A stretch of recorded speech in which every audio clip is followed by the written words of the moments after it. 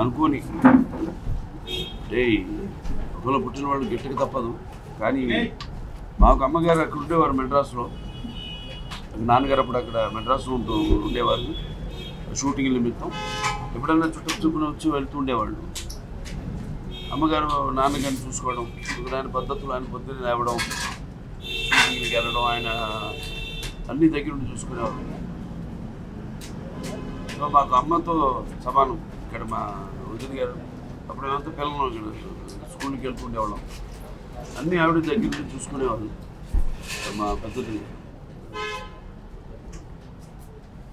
అది పాత్ర వెళ్ళడానికి గుర్తుకొస్తాం. చిన్నప్పుడు ఇలా మమ్మల్ని పెంచింది ఆవిడ, ఎంతో ఆప్యాయంగా, ఎంతో తల్లితో సమానంగా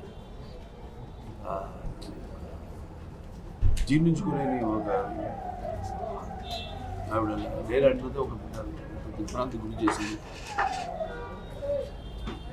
ఆవిడ ఆత్మశాంతించాలని అప్పుడప్పుడు మనం సెలవుల్లో అటు తీసుకెళ్ళడం. ఆవిడే ఏది ఉన్నా డిసిషన్ అన్నయ్య గారికి కూడా ఎక్కువ బాగా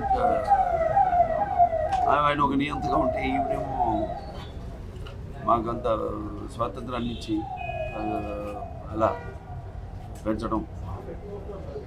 మా ఇష్టాలన్నీ కూడా ఆవిడ ప్రతిదీ ఒకటని కాదు, ప్రతిదీ కూడా ఆవిడ ఎంతో మా చదువు నుంచి అలాగే మాకు కావాల్సిన నిత్యావసర వస్తువుల నుంచి కూడా అన్నీ ఎంతో తల్లిలాగా చూసుకునేవారు.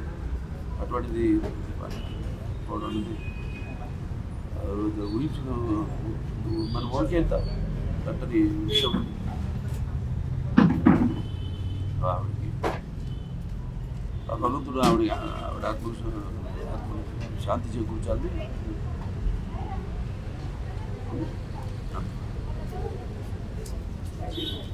Thank you.